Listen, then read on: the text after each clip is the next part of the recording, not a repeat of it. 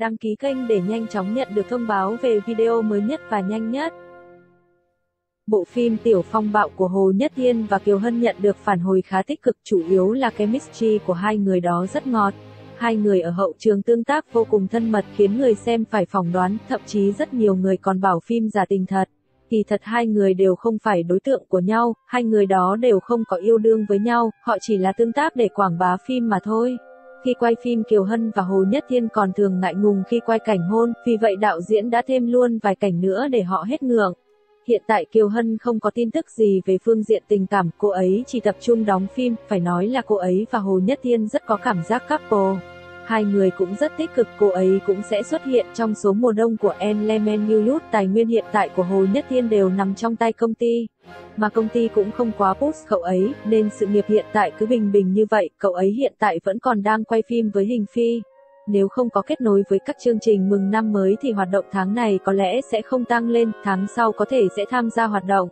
Bộ phim đại IP Thiên Quan Tứ Phúc nhắm tới chính là đại lưu lượng, ít nhất cũng địa vị giới vững như Hồ Nhất Thiên, nghệ sĩ tuyến 3 sẽ không cân nhắc chọn lựa gần đây. Trên mạng lan truyền tin Hồ Nhất Thiên và Hầu Minh Hạo sẽ tham gia diễn xuất trong drama Thiên Quan Tứ Phúc chuyển thể từ tiểu thuyết cùng tên của Mạc Hương Đồng Sú. Vừa qua, fan club của Hồ Nhất Thiên đã đăng bài viết phủ nhận những tin tức không chính xác về bộ phim sắp tới Hồ Nhất Thiên, mọi người xin hãy ăn dưa cẩn thận. Tuy Tỉnh Bách Nhiên ít xuất hiện, độ hot có giảm xuống nhưng địa vị thì vẫn ổn định, gần đây quan hệ giữa anh ấy và Sina đã dịu xuống nên còn có chút nhiệt. Bộ phim anh ấy quay cùng Lưu Diệc Phi vốn rất được coi trọng nhưng hết lần này tới lần khác bị trả về, hiện tại không nghe thấy việc sẽ chiếu. Tỉnh Bách Nhiên luôn không thiếu tài nguyên, Đọc Thầm cũng từng tiếp xúc anh ấy nhưng không thành, anh ấy khá cởi mở với sự nghiệp của mình. Không muốn gò ép bản thân, thuận theo tự nhiên, hiện tại Tỉnh Bách Nhiên phát triển càng ngày càng đi lên, không chỉ ở giới thời trang rất tốt. Ngay cả tài nguyên phim ảnh truyền hình lẫn điện ảnh đều không cần lo, gặp được chương trình tống nghệ thích hợp sẽ tham gia một chút. Anh ấy vẫn không thích rào couple đồng giới, đoàn đội cũng sẽ không chủ động tuyên truyền theo hướng này. Ngày 16 tháng 12, Chương Công Án do Tỉnh Bách Nhiên và Tống Huy Long đóng chính, đánh úp bằng một loạt poster và trailer đầu tiên, sau scandal Ngô Lỗi bỏ vai.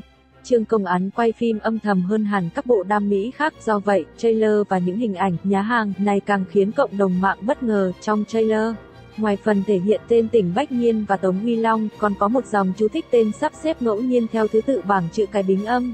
Đồng nghĩa với việc muốn giải thích vị trí diễn viên hiện đang ngang hàng, không có ưu tiên ai trước ai sau, ai hơn ai kém. Việc này chẳng khác nào nhà sản xuất đang muốn dằn mặt nam diễn viên Ngô Lỗi, vì trước đó, do tranh giành thứ bậc vai diễn mà Ngô Lỗi bị Đài Đằng Tấn hủy hợp đồng với dự án Chương Công Án. Sau đó, nhà đài đã mời Tống Huy Long vào thay thế vai diễn của Ngô Lỗi. Chương Công Án là bộ phim được cải biên từ tiểu thuyết rất được yêu thích của tác giả Đại Phong Quát Quá.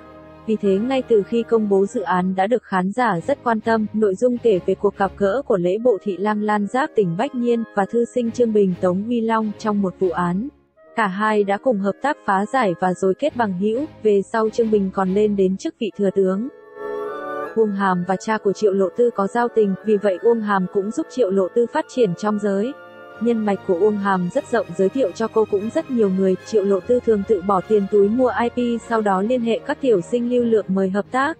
Gần đây cô ấy đang muốn bỏ tiền ra mua một bộ đại IP khác nhưng công ty không đồng ý cho cô đứng tên, nên cô đành phải tự mình chọn rồi báo lại để công ty mua, sau đó để cô làm đại nữ chủ. Tinh Lạc Ngưng Thành Đường đã xác định Triệu Lộ Tư, nguyên ban thành viên chế tác của Gương Mật Tựa Khói Xương, ban đầu định là song nữ chính. Bộ phim này sớm đã ký với Triệu Lộ Tư, vốn dĩ bộ này còn một nữ chủ nữa nhưng kịch bản đã sửa thành nữ hai, để Triệu Lộ Tư thành nữ chính.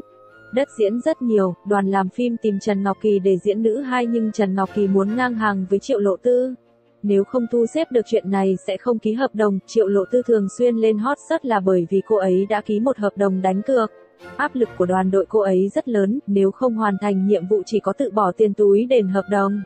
Ngoài Triệu Lộ Tư thì Dương Siêu Việt cũng có ký hợp đồng đánh cuộc với Tencent, hiện giờ Tencent đang nâng Triệu Lộ Tư và Dương Siêu Việt, vì vậy tài nguyên của Triệu Lộ Tư vô cùng tốt. Luôn tiến vào đoàn phim liên tục từ bộ này tới bộ khác nhưng hiện tại Tencent đã muốn push Triệu Lộ Tư lên hàng đầu. Người phát ngôn mới của Tencent năm sau sẽ là Triệu Lộ Tư và Dương Tử. Dương Tử vì muốn nhận được danh phận này đã lấy lòng không ít lãnh đạo cao cấp. Hiện các lãnh đạo này muốn Dương Tử mang theo Triệu Lộ Tư, Dương Tử muốn từ chối cũng khó. Dự án phim cổ trang lớn của Đằng Tấn Tranh Thiên Hạ Thả Thí Thiên Hạ chuyển thể từ tiểu thuyết cùng tên của tác giả Khuynh Linh Nguyệt đã công bố chính thức. Nữ diễn viên Triệu Lộ Tư đảm nhiệm vai nữ chính Bạch Phong Tịch. Thông tin về nữ chính đã được công bố chính thức từ cuối tháng 10 năm nay, tuy nhiên, đến thời điểm hiện tại, vai nam chính vẫn còn là một ẩn số. Rumor khắp một vòng các nam diễn viên hot trong showbiz từ lúc mới bắt đầu, rumor nam chính là Dương Dương, sau đó, Dương vẫn chưa quyết định. Đoàn phim không đợi được nữa cho nên chuyển sang tiếp xúc với Tiêu Chiến và Đặng Luân. Sau đó lại có thông tin đoàn phim tìm đến Tống Huy Long để đảm nhiệm vai nam chính Hắc Phong Tức, nhưng đoàn đội Triệu Lộ Tư lại chê địa vị của Tống Huy Long thấp.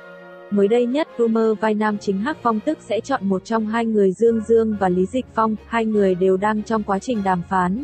Tinh quang đại thưởng của Tension ngày 20 tháng 12 xác định có các nghệ sĩ Triệu Lộ Tư. Bộ phim truyền hình Hữu Phỉ được làm lại từ tiểu thuyết nổi tiếng và do tiểu hoa đán Triệu Lệ Dĩnh đóng chính cùng tiểu sinh đang hot Vương Nhất Bác đã chính thức ra mắt. Và Hữu Phỉ cũng là tác phẩm đánh dấu sự quay trở lại sau khi kết hôn và sinh con của Triệu Lệ Dĩnh.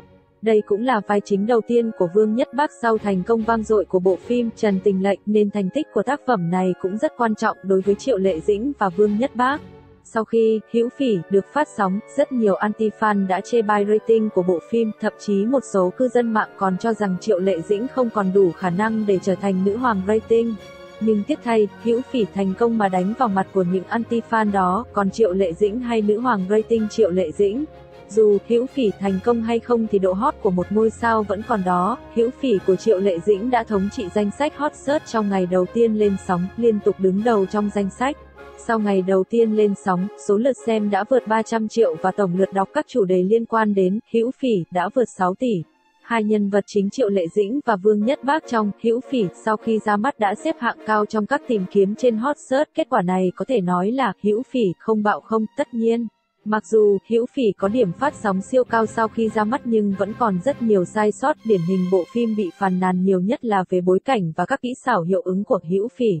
Hiệu ứng của nhiều cảnh giống như làm rất qua loa, sơ sài chứ không như những tác phẩm có kinh phí hàng trăm triệu USD, hơn nữa, các cảnh phông nền cắt ghép nhìn rất giả, hình ảnh rất kém. Phong cách phục trang của Triệu Lệ Dĩnh cũng không thuyết phục, mang danh là viên ngọc trong lòng bàn tay của 48 trại, chỉ có 2 hoặc 3 bộ trang phục trong hơn 10 tập phim. Và trang phục thậm chí còn không được ưa nhìn như các nhân vật nữ khác, mặc dù có nhiều điểm yếu ở Hữu Phỉ, nhưng hầu hết chúng đều nhằm vào trang phục và kỹ xảo của bộ phim mà thôi.